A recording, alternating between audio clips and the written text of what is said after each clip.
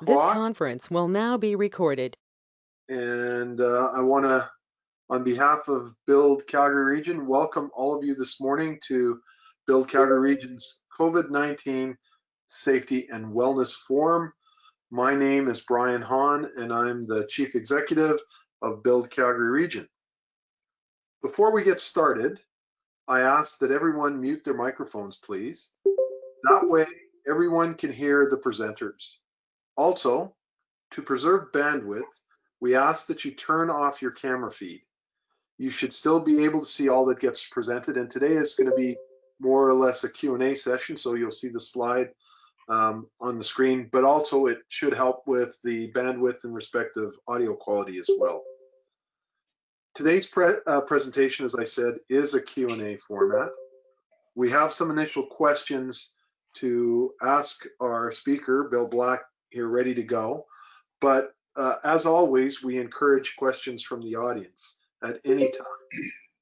When you do have questions, please enter them through the chat room and include your name and company as well, so we can just know who's asking the question. And if we struggle to get an answer today, we can get one to you in future. Again, that's using the chat feature of GoToMeeting that you should see a little kind of almost text bubble like you used to see in the comics that click on, and you can enter it in that route. As we all know, construction and the building industry was deemed an essential service throughout the COVID-19 public health crisis.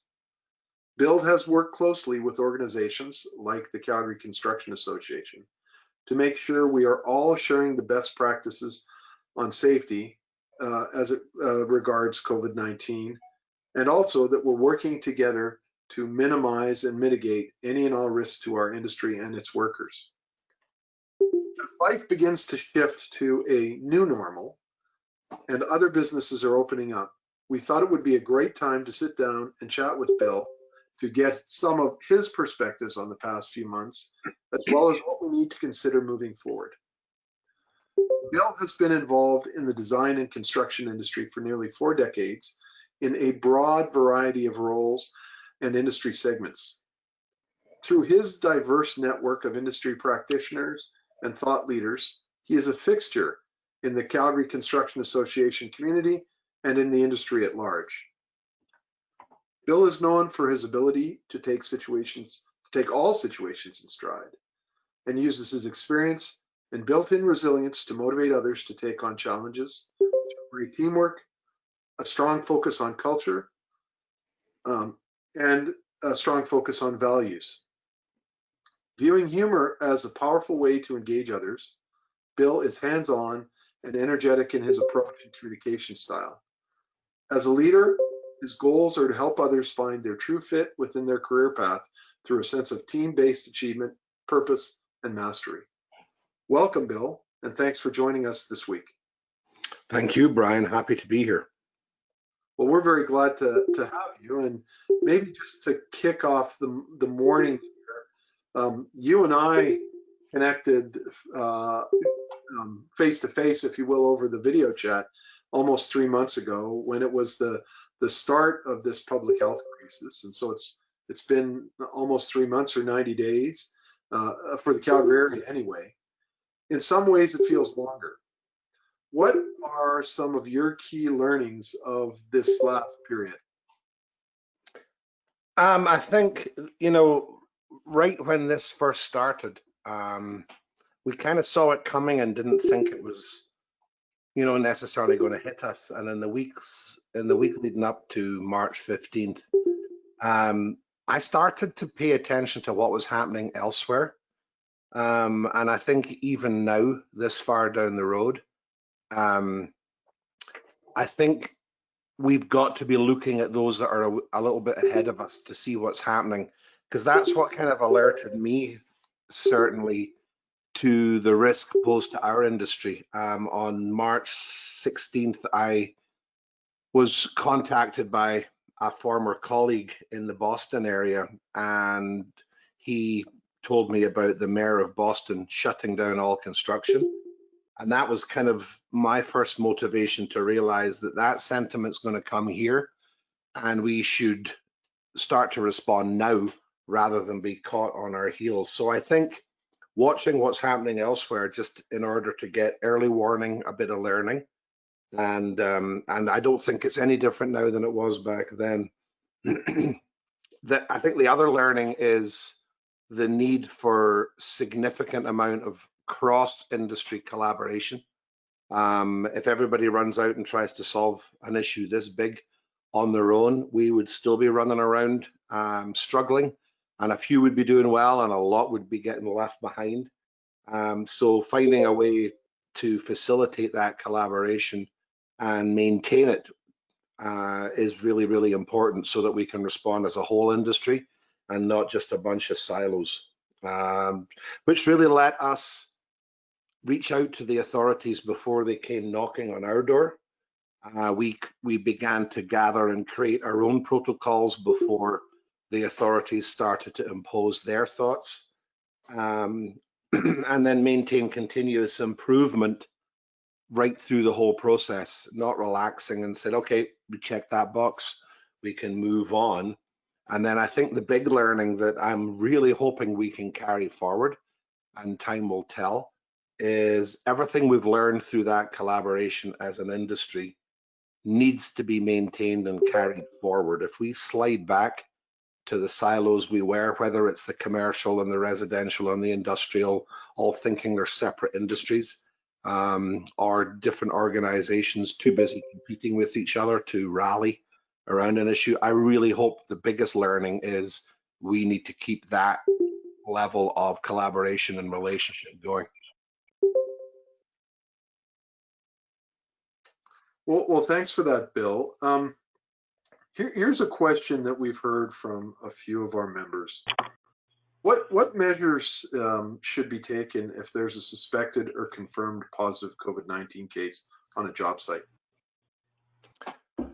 Well, you know, there's a number of recommendations in the AHS guidelines and whatever else, but every job site is a little different. The scale of the project, the types of trades and such that are on the site, the stage the project is at, is all very different. But I think from the examples, we have a construction leaders call once a week with a number of leaders from quite a significant range of the contractors and trades in Calgary.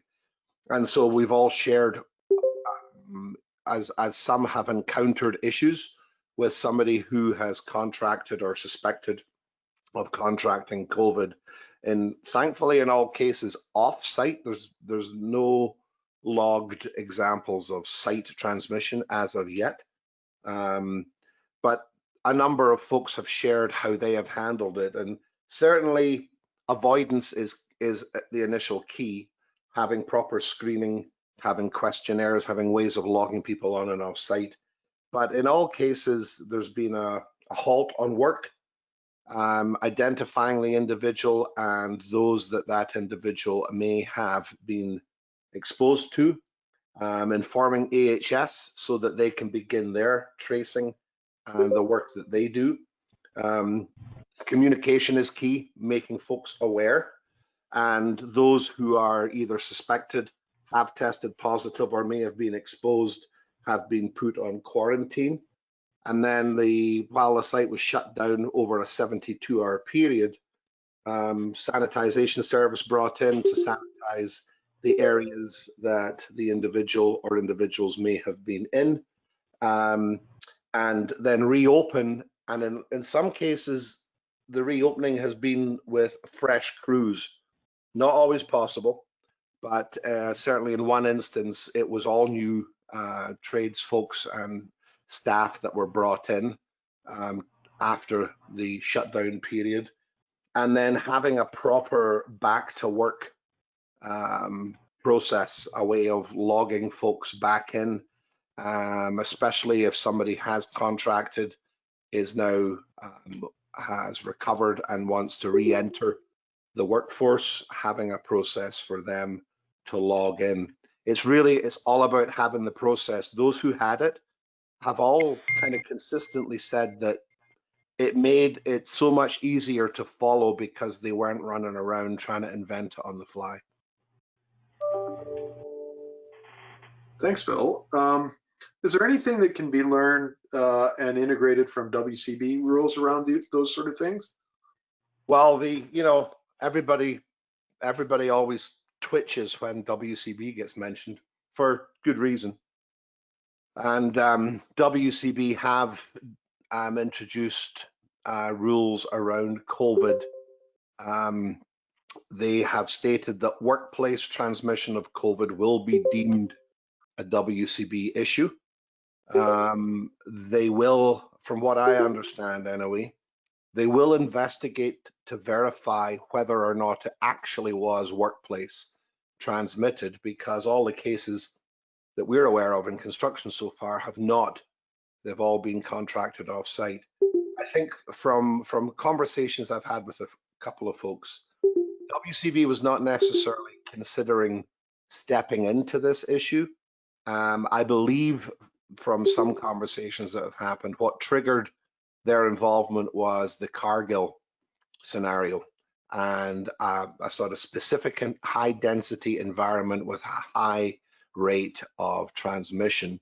And we certainly in the leadership group, we kind of looked at Cargill as a bit of a wake-up call for us, because you have one enclosed area with high volumes of people in close proximity.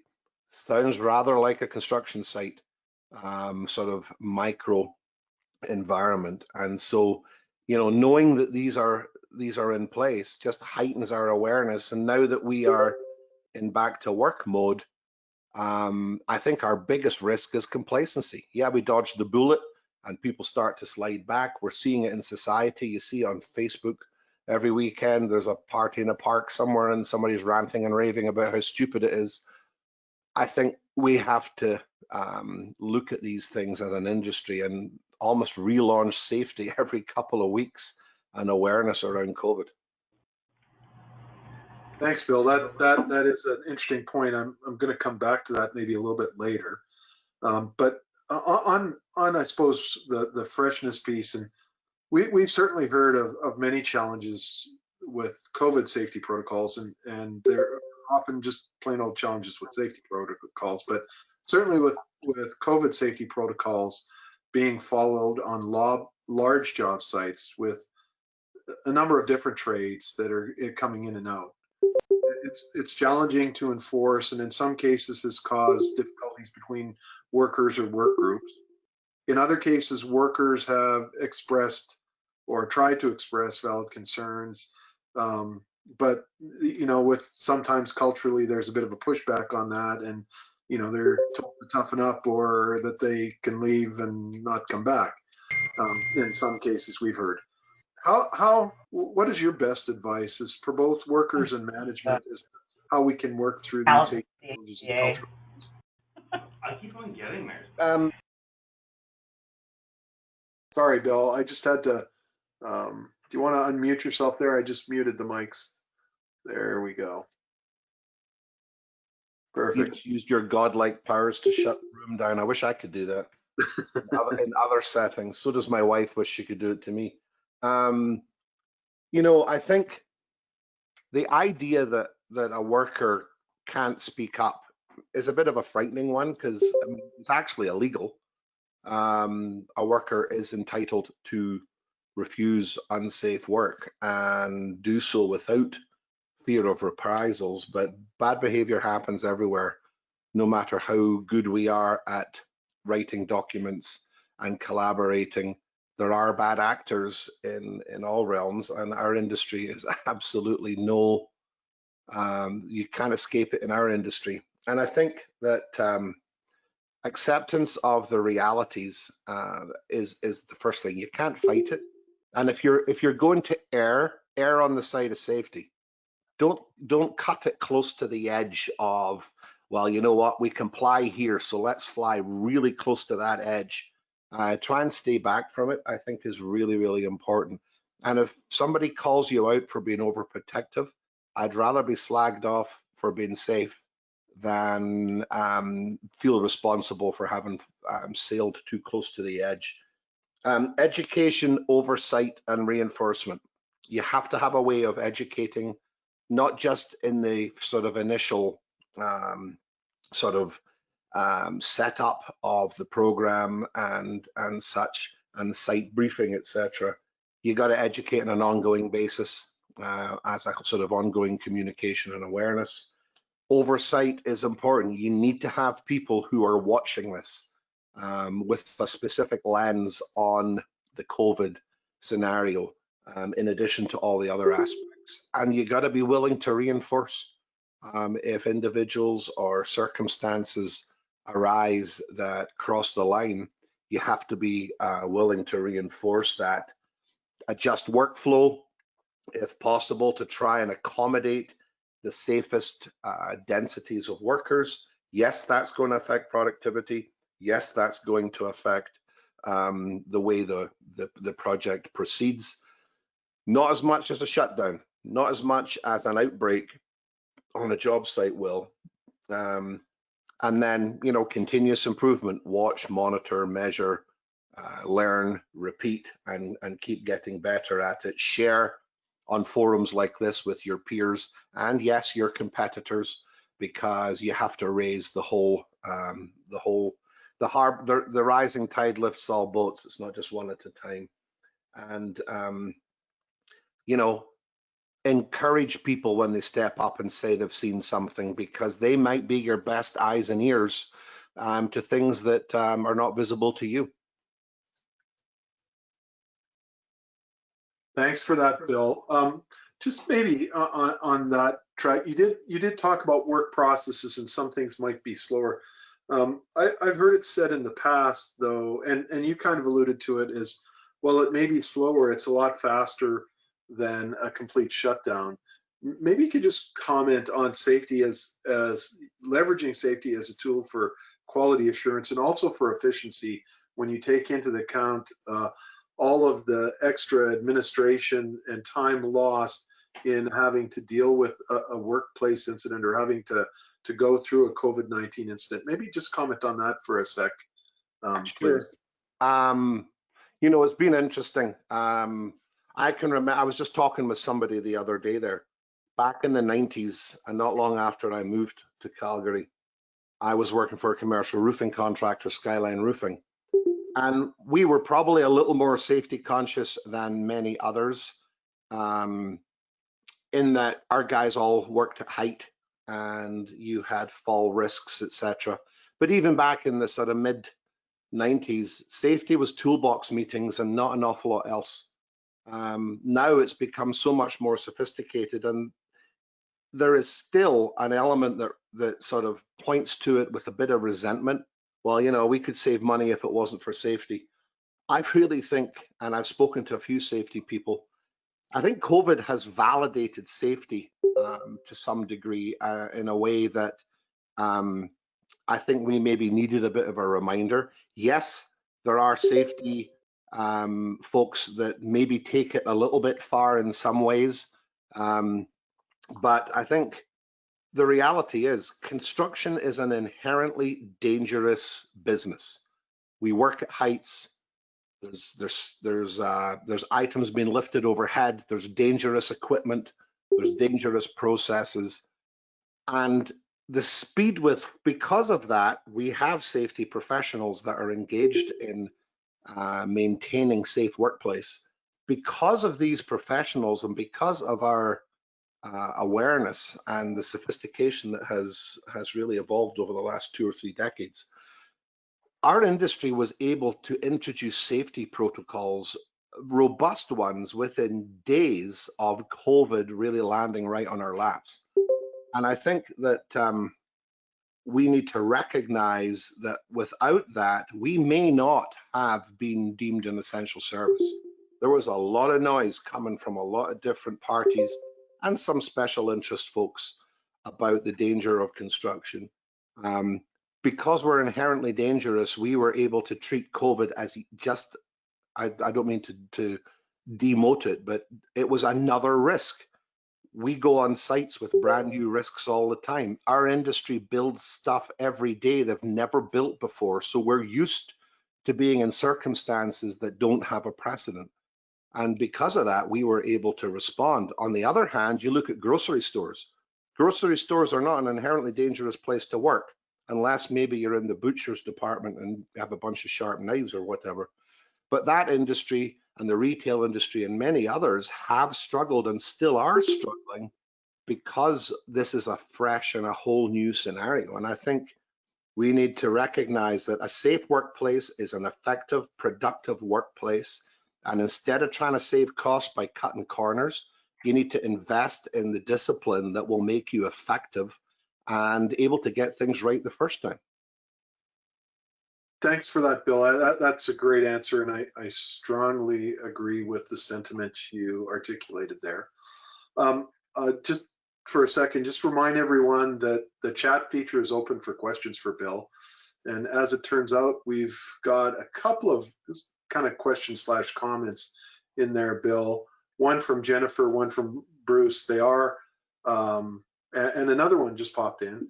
But maybe let's deal with the themes that the Jennifer and Bruce are sharing. Let's go with Jennifer's first. What would you recommend when a subcontractor doesn't feel like the prime contractor is following the rules and doesn't, and I presume it's in here, the subcontractor is a little concerned about making too many waves and losing the contract? What advice do you have and encouragement for someone in that circumstance? Well, having spent most of my career, especially in Canada since I moved here in the early 90s, having spent most of my time in the trade contractor layer, so to speak, in the hierarchy, you know, I can understand this idea that I don't want to make any waves, but, you know, at the end of the day, you got to think of your own crews. And if a prime contractor on a site is not following, I think you got to be willing to call it out in writing. And I think you got to submit a formal statement. You've got to raise it perhaps above the individual on the site. And yes, that brings up fears of losing work. But subtrades have been allowing themselves to get into bad circumstances for 20, 30 years because they're worried about losing the contract, or they're worried about getting blacklisted, or they're worried about not being put on the bid list.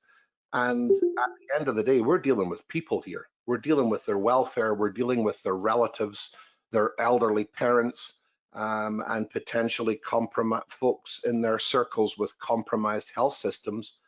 The majority of people that get COVID have underlying health conditions. Our responsibility is not just our workers going home safe, it's those they go home to. And I think this trumps any, and I know it sounds idealistic and it's easy to say, but I've lived it. I've been in the trade contractor layer, and not challenging the prime when the prime is not doing things properly, that culture needs to stop, because at the end of the day, we have a duty to our crews and our people and the other crews on the site that might not be willing to speak up. And I think it's leadership from lower in the hierarchy up, delegate the responsibility up, because let's face it, all of you on the line right now that are trade contractors, enough has been delegated down to us that it's time that I think we push back a little bit when it's justified. Thanks for that, Bill. Similar comment here from Bruce in respect of putting the onus for wellness on the individual. In this case, he says, you know, if someone's not feeling well and they may have reason to believe they need to have a test for COVID-19 and they get sent home for the 2-week isolate piece. What can be done about that? And I thought there was some relief the government provided if someone was provided home. We might have someone from Build on the line as well who can comment on that. But do you have any thoughts about those that, in the context of a fitness for work piece, and you talked about that in one of your earlier answers. Maybe you can provide Bruce some of your thoughts on his question there. Yeah, I mean, having the questionnaires have been fairly well established. You know, at the end of the day, you are a little bit at the mercy of the honesty of the individual. Individuals are going to be a lot more honest if they're not worried about not being paid if they can't come to work. So, you know, you can create a problem. If they're worried about not being paid, they'll come to work even though they're feeling sick because they've got bills to pay. That's a delicate and a difficult balance. And some employers have been a lot fairer with the way they've treated folks who've had to go into isolation and 14 days of quarantine, etc. I do think that there's a responsibility on each one of us to state honestly when we're not feeling well. I do think there's a responsibility on employers to use some of the relief that's been made available to pass that on to the workers who may need to isolate, etc. But this push down mentality, which is a culture of our industry, you know, I can understand why Bruce says, you know, I find it offensive. There's a lot of mistreatment and a lot of hardline behavior. Unfortunately, though, some of these projects are publicly funded. One of the problems is some of the public entities, and our province seems to be more of an issue than the city, are taking a rather hard line about costs associated with COVID. And so that adds pressure on the GCs. So it really is a delicate balance because there's so many moving parts. Empathy for individuals has always mattered. And, you know, I wish there was a more universal approach to that. There's no silver bullet to that one. It speaks to the character of the individuals involved. Thanks for that, Bill. Maybe just before we get, Tim has got a couple of questions on hand sanitizer, but just before we get to Tim's questions there, along the same theme, there have been a number of concerns noted by the public for workers not following protocol when they are arriving and leaving sites on breaks. And I think some of those actually are on bigger sites where there's kind of a funnel, if you will, of workers through a gate or a security gate, both incoming and outgoing, and then you know, kind of a smoke place outside of the site where workers might kind of congregate to do that sort of stuff. Any thoughts you have on how we address the concerns that those approaches bring, and also the optics of that from a public perspective? Again, trying to support construction staying as an essential service and remaining open regardless of what the future might be in terms of COVID-19 cases. You know, I think, you know, some of the bigger sites have been a bit of a target. The Calgary Cancer Centre is one of them. It felt for a while there like Global News was camping outside the site and you know, almost monitoring it. The public was doing a good job of monitoring it, and you know, the public have a right to make a comment, but very often they're lay people and don't necessarily fully understand what they're looking at. People have to enter the site and exit the site at some point. I happen to know that the Calgary Cancer Centre actually employed extra personnel that managed almost like people working the door of a nightclub, but they actually managed the flow in and out of the site at peak times to try and maintain some separation. A site as big as the Calgary Cancer Centre that has over 1,000 workers on it can justify measures like that. But I think, you know, a number of contractors in the commercial side have utilized compulsory use of masks, especially when the Centre for Disease Control kind of redefined their position on masks, where they had originally said masks do no good, don't bother. They then said They won't protect you completely, but they're better than no mask. So I think masks create a degree of protection. They also create a degree of visibility and awareness that, I mean, I find it myself, you're going around a store, you see somebody in a mask, it constantly is reminding you of the conditions we're now under. And I think that you're not going to free yourself up from the public and from the critics, and our wonderful news media is not lining up to find great, happy success stories to share. It's scary stories, it's drama that they tend to gravitate to. But if you have protocols in place, you can mitigate these. And if the inspectors come calling, and believe me, we've had our fair share through our members and through the commercial side, there's been more than a fair share of inspectors from OH&S, from the city and others showing up.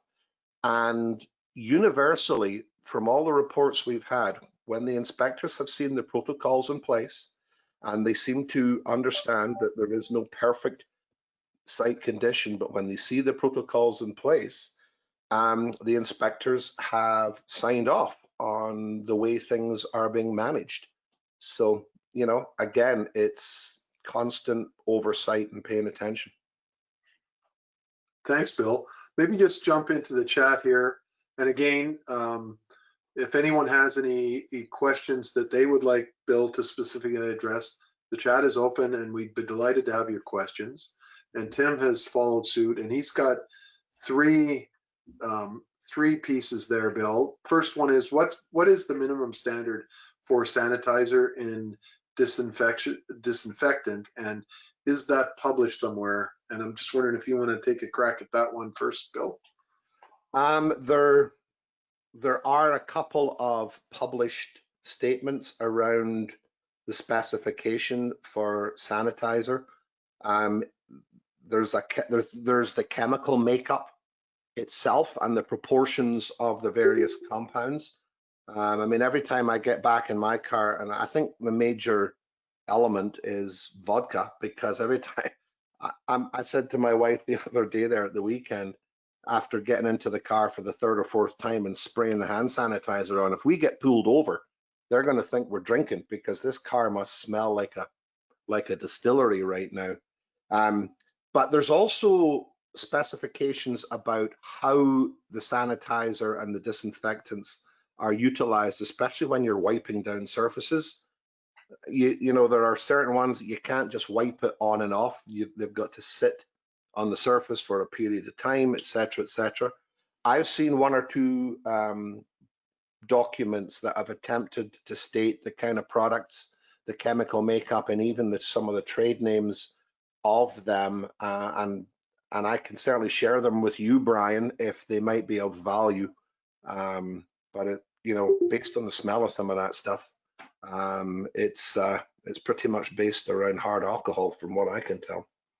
But I can share that if that might be of value in providing a bit more, because there's actually, in our safety document that we developed, one of the general contractors actually hired a third party who was an expert in the products, and they actually developed a detailed protocol for what products, what proportions of chemicals, and what application methods had to be used. And so that's in our document, which I think you have a copy of the most recent version, Brian. So there's that, and I have a couple of other things I can share.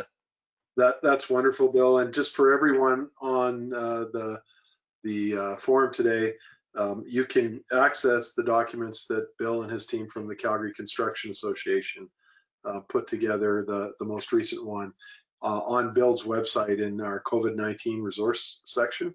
So we're very grateful. Bill started off the day talking about the collaboration, and that was one of the great parts of it, and it's on our website. And anything else you might have to share, Bill, we'll be sure to get posted on our COVID-19 section.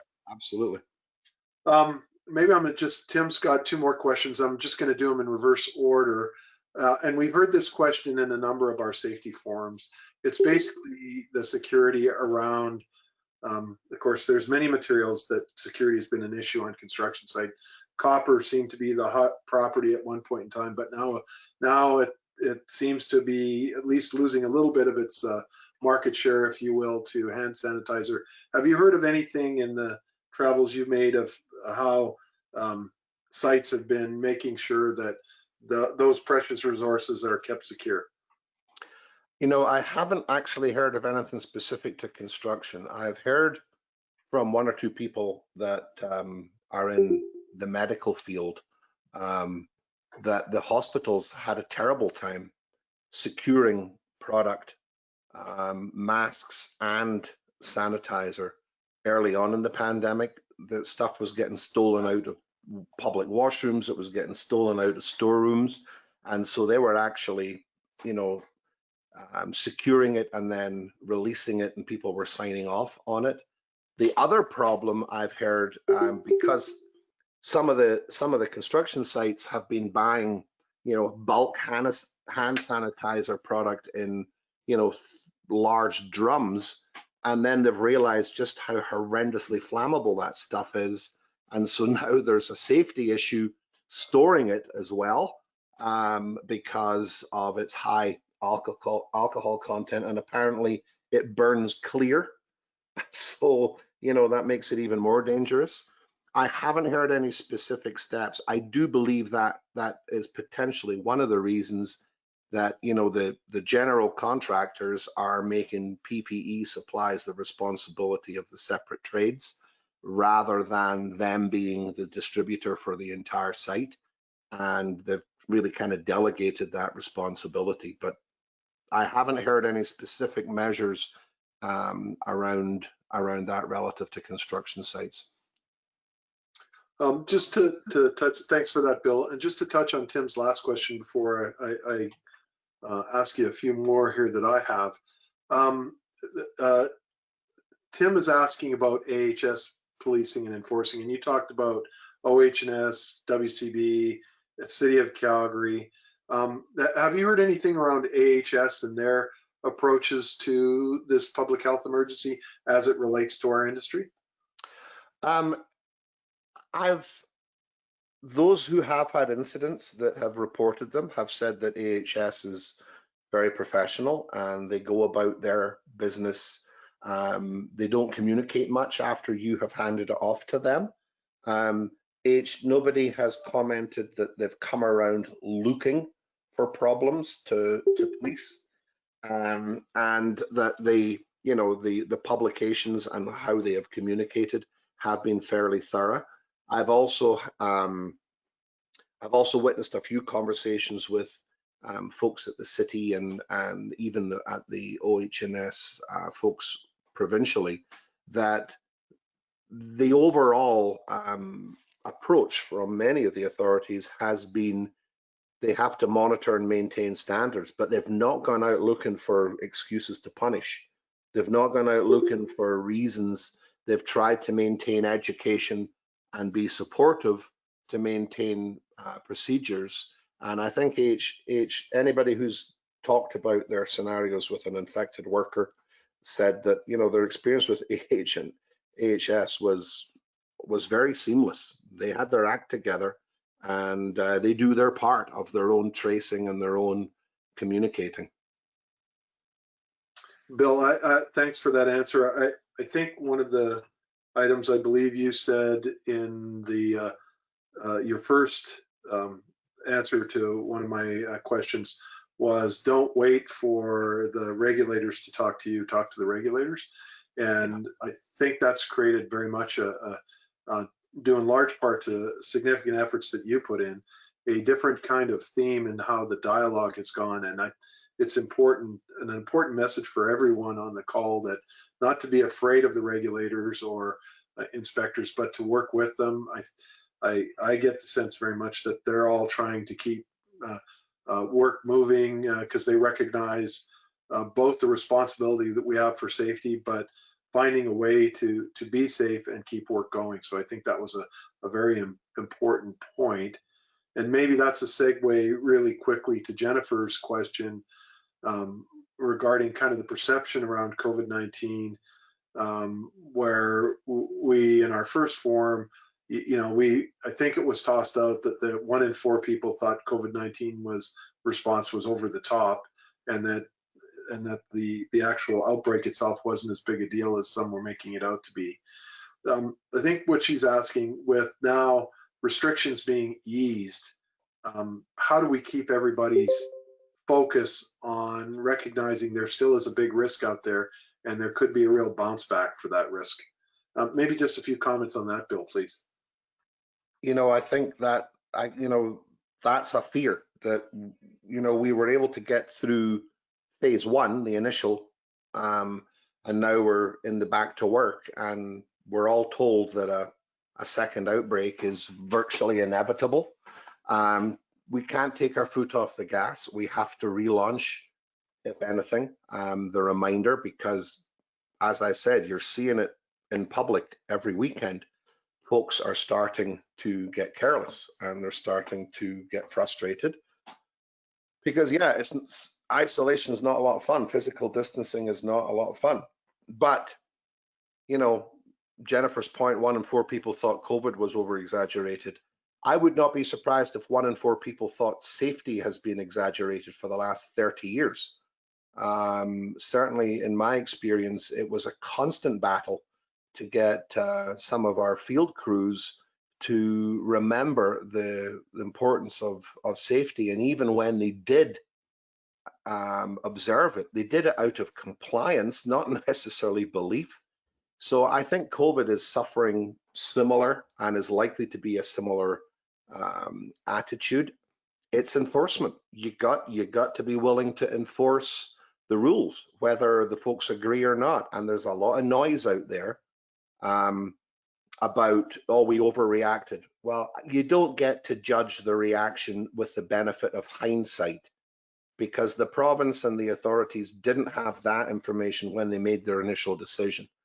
And instead of criticizing them and saying, we did all this shutdown and the hospitals are empty and, yada, yada, well, celebrate the fact the hospitals are empty, don't complain. But I really do think that we have to enforce safety. We wouldn't let our folks walk on sites without hard hats, safety glasses, and high-vis vests. So we would enforce that. I think COVID is just another layer. Thanks, Bill. Much appreciated for that. Talk about information and how folks get information here. And, in this environment where people describe news as fake from time to time, and let me assure you, there's no political commentary in that comment. But we seem to have all sorts of sources of getting information, from Facebook to YouTube, which isn't always right, and sometimes runs contrary to really factual information and creates confusion and conflict. What advice do you give to make sure that workers are getting the most up-to-date and most helpful factual information? I think, between the Center for Disease Control in the US, the Alberta Health Services, and others, there is a lot of third-party commentary and information that is publicly available. And I think, as employers, part of our job is to be curators of that reliable content and distribute it to our people. The last time I unfollowed as many people as I have in the last few weeks was during the last US election. There's a number of people on Facebook I've stopped following because of the amount of damaging and dangerous content they posted. You can't control what your folks do on their free time. You can control what they read via yourself as an employer. And I think having a good, reliable list of effective and accepted third parties and distributing that list and communicating that list is very, very important. And then maintaining the collaboration across your industry with other peers and colleagues who are in the same business or similar business to yourselves, and sharing that as an industry is the only way to reverse it. And then to basically say, I don't care what you're reading, I don't care what your sources are. This is the policy, and these are the documents we're basing it on, and it's back to that enforcement thing again. Thanks, Bill. You kind of touched on this as you answer a little bit, but maybe just a little more deeply. And we saw a little bit of this in some of the questions. There seems to be debate around who is responsible for supplying COVID-19 related personal protective equipment. Perhaps you can just give us some of your thoughts on that. Well, I think on the bigger sites, I think, the bigger sites where the prime is providing the porta potties and washrooms and some of the sort of core facilities. I believe that the maintenance of hand washing and properly sanitized and maintained centralized washroom does fall on the prime in most cases under their general conditions, although, as I alluded to earlier, some owners are turning around and refusing to reimburse some of the additional costs, and that's a problem. But I think when it comes down to the individual workers on the crews and on the sites, each trade has to provide the PPE, because GCs aren't giving us the hard hats and the high-vis vests and the safety boots and the safety glasses for our crews. So hand sanitizer, masks, and any additional things, one would assume is the responsibility of the trade. And once again, yes, getting compensated for the additional cost and the lost productivity is becoming a challenge, and it is part of the pressure that COVID is putting on from an economy perspective. I don't know how everybody's doing within the build network, but I know that nobody's out there in the commercial side bragging about huge margins right now. Most people are doing work at break even or less, so that pressure is real. Even masks, gloves, hand sanitizer. When you have no margin in the job, yes, it adds to the pressure of trying to be profitable, but I think each trade has to supply the PPE for their crews just like they do with other aspects. Thanks for that, Bill. And you talked a little bit about this earlier in terms of PPE, and you talked about masks and the optics of masks, and maybe just along that theme, can you just give us some thoughts around eye protection and how they relate to preventing COVID-19 spread, please, Bill? Yeah, I think that the sort of don't touch your face side of things, it's one of the reasons that people started to encourage masks, because it helped you not touch your face as much. It's that sort of conscious reminder. But in terms of eye protection, whether it is the face shields or the more common safety glasses, I think there's protection there. There obviously must be, because you're seeing the medical professionals use them. But then there's obviously the ability to do your job when you're wearing a full face shield, etc. It's amazing how many different conversations you hear, and they say you can wear masks, you can wear face shields, you can wear goggles, you can do whatever. But if you just wash your hands, that is the primary defense. My wife has a really good friend who's a nurse, and I mean, her hands are raw because of the chemicals, but they are washing their hands literally almost every 10 minutes. And that's how the medical folks are training themselves to handle it. It's hand washing, it's not eye protection, it's not even masks. Thanks for that. Bill, you started off today's presentation talking about how back in early March, you cast your gaze forward and talked about what was happening in Boston. And you were watching kind of the future unfold in your mind's eye.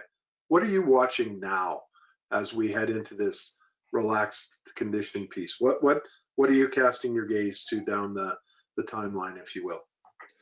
I think one of the big subjects that is coming up in our sort of general conversations day to day is the back to workplace side of this. Our sites didn't get shut down, but many of our offices did. And so one of the big challenges that is occurring is people looking at, do we get people back in the office? If we do, how many people do we bring in? If we bring them in, what measures do we have to put in place? So there's a lot of the back to workplace affecting individuals. There are some companies who still subscribe to the idea that if I can't see you, you're not working, so I want everybody back in my building. There are others who are like, holy shit, look how effective we've been with everybody working remotely. Maybe I need to rethink my whole policy around workplace, etc. So the back to workplace is a big issue, and many organizations, there's been some amazing work done by a number of organizations on how to address that. One of the large contractors in town has decided they're not bringing people back into their office until August. One of the large architectural and engineering firms in town apparently has decided they're not bringing people back till September. I think they've looked at the measures. They both have large workplaces, so that's probably a factor. And then I think the other thing that I am trying to just keep an eye and an ear open for is any outbreaks that are occurring anywhere, whether it's in construction or not. Are there lessons to be learned? Is there awareness to be gained? And then if there's a second wave, where's that going to happen? What are some of the warning signs? And how do we keep safety first and foremost? Thanks. That's great. Now I have one more question for you, Bill, here. But before I launch to my last question, I would just want to remind everyone of the chat, and if anyone has any last questions here, because we're almost at time, just plunk them into the chat piece. But not seeing any jumping right in. You alluded to this a little bit in your last answer. What permanent changes do you see, both from a return to workplace perspective, as you described there, which is really important that safety is a part of that equation as well, but also permanent changes you see in terms of construction site? Well, I think we're likely to see for quite a long time the sort of sanitary awareness maintained, because it's unlikely there's going to be a vaccine or a cure anytime before Q1 2021. That's a guess. If I could predict that stuff accurately, I wouldn't have to do this for a living. But I think this is around for at least another year in terms of the awareness and the sensitivity, because even if somebody turns around and says there's a vaccine, there's a cure, you know, we're all back, society's back, yada, yada, 30% of society is going to have PTSD over this. They will have either experienced contracting it or have a family member who has. They will be nervous, they will be fearful, they will, you know, find it really difficult to repatriate themselves back into society. 30% are desperate to get back to work because their spouses or their kids are driving them crazy, and they want to hide from that at work like they've always done. And then 30%, you know, will just quietly get on with it and such. And so I think that the hangover, so to speak, of this is going to be around for at least a year. And I do believe the increased sanitary behavior is going to remain even beyond that. We're going to see a lot more hand sanitizer. We're going to expect restaurants to wipe down each table, and you know, public areas to be much higher and more visible in their procedures. And I would imagine construction sites will will not be free from that responsibility. That's a wonderful answer, and in a moment it's going to be a marvelous segue to our next week's speaker. Before that, I'm just going to ask one last time if there are any questions for Bill in the chat, and just pausing that really slowly because we're just about at time, and I'm not seeing any come in, but we've had a pretty robust crowd come this morning and hang in for the full hour here, Bill. So I think that's a great reflection on your remarks this morning and what you had to share and the interest in what you had to say. Thanks to all for logging in this morning, listening to what Bill Black had to say, and a special thanks to those who contributed in the chat window. As Bill pointed out, encourage everyone to accept and adopt safety and wellness as best practices, as not just a priority but a value, because priorities can change but values don't. Bill said something to me a long time ago, seems like a long time ago, 90 days ago, that I think is really important that we all remember. Bill's words were, we are in the safety business first. And when that business is addressed in a full and complete way and taken care of, then we can be in the construction industry, but not until the safety business is done. And that has stuck with me, and a great saying for all of us to adopt. Bill, thank you so much for taking so seriously the health and well-being of the members of our industry and the industry itself and the community. Because of your leadership on this matter, we're very grateful for that. And your remarks today, and your last remarks around PTSD, I found very interesting, because I think that's very true. And in that regard, next week we will be hearing from the Center for Suicide Prevention about their Buddy Up program, designed by men for men. Those who sign in will be able to learn about mental health and suicide in men, and those warning signs, and why men are more at risk than most, and how suicide can be prevented. You'll also learn to have a conversation with someone you're worried about. We'll also talk about resources to assist companies and individuals. We also will be moving to a little bit of a different format. It'll be GoToWebinar instead of GoToMeeting. So we will be able to accommodate 500 of you if we have such a great turnout. So thanks once again. And Bill, as you can see in the comments, many of our attendees today were very appreciative of your remarks. And on behalf of all of us, and Bill, thank you for your leadership on this very important matter. You've helped not only keep us safe, but our industry afloat. Thank you so much. And we look forward to connecting with you again soon. And for those of you who attended this morning, we hope to see you again a week's time from now. We'll talk about suicide prevention. Have a great week and be safe. Bye, everyone.